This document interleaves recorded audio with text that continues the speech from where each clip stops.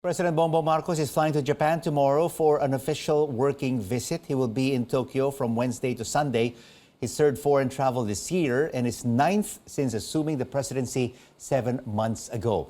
The Foreign Affairs Department expects the country to sign several bilateral deals with Japan during the trip. We talk about the country's business ties with Japan and what the visit means geopolitically with security analyst Chester Cabalza. Chester, thank you so much for joining us. How significant is this upcoming visit of Mr. Marcos to Japan?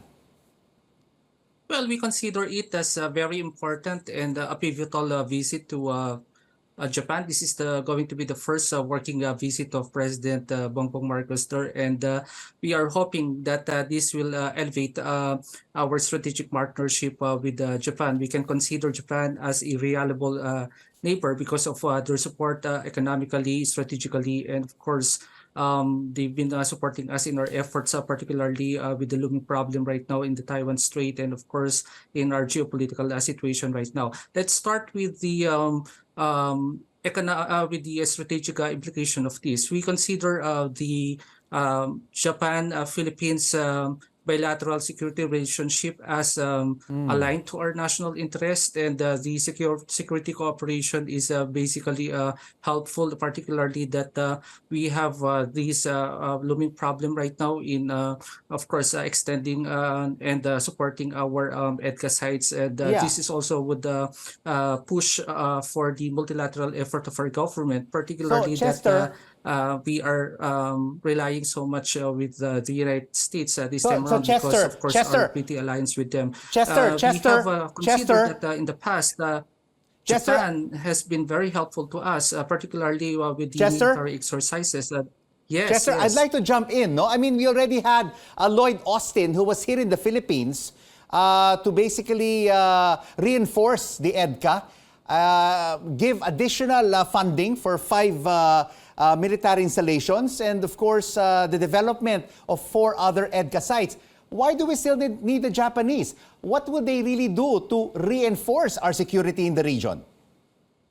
We should remember that Japan, Taiwan, and the Philippines are part of the first island strategy, that in case there would be some forcible retake in Taiwan, most likely this East Asian region will be affected.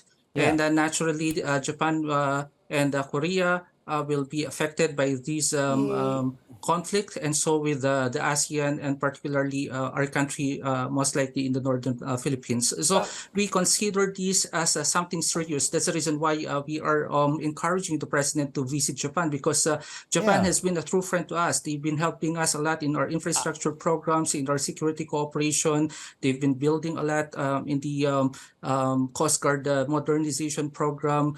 And we know for a fact that our cooperation to them is really, of course, very positive and productive. Yeah, Chester, I'd like to jump in here, no? But is there really an urgency to make this trip to Japan, which is already the Philippines' second largest trading partner, its third largest export market, and third largest source of exports? Can't the foreign minister or defense minister of Japan just visit the Philippines? Because the president has been criticized for so many of these trips in less than 8 months of his presidency. This will already be his 9th. I agree with you, but of course, he hasn't visited Japan personally yet. So this is also a reciprocal visit because, of course, it is important to have personal connections with these regional leaders like Japan. He recently visited Beijing last January. And then, of course, there are also official visits that, of course, will be happened in Washington this year. So these are major powers that we have to consider. You know, the beauty of visiting these major powers is at least to deter some conflicts, and of course to talk to them personally on what are their plans, and of course their investment pledges for the Philippines. We are like of course offering these dialogues with them because we need them basically in terms of our investments and for security cooperation in our country. So, but Chester, isn't he overdoing his overseas trips? This will be his 9th trip in less than 8 months in office. When I interviewed him in Malacanang 2 weeks ago with other broadcast journalists, he said he will be taking a break from trips and monetize, you mentioned the word pledges, he said he will monetize the almost $50 billion in pledges made in previous trips. And these pledges haven't been monetized yet. I agree with you, but this visit with Japan has already been scheduled prior to his pronouncement on his cutting of trips to abroad. And I think it is very I have a question for you, Chester. When we asked him about that question about his overseas trips, 2 weeks ago in Malacanang, before this announcement was made, he said that his next visit would be in September during the APEC summit in San Francisco. He said he didn't anymore have any other scheduled trips from now until September. I think this is urgent because of the security dilemma that we are experiencing right now in the Taiwan Strait. And we know for a fact that, as I told earlier, there is a possibility that in case there would be some plausible conflict in the Taiwan.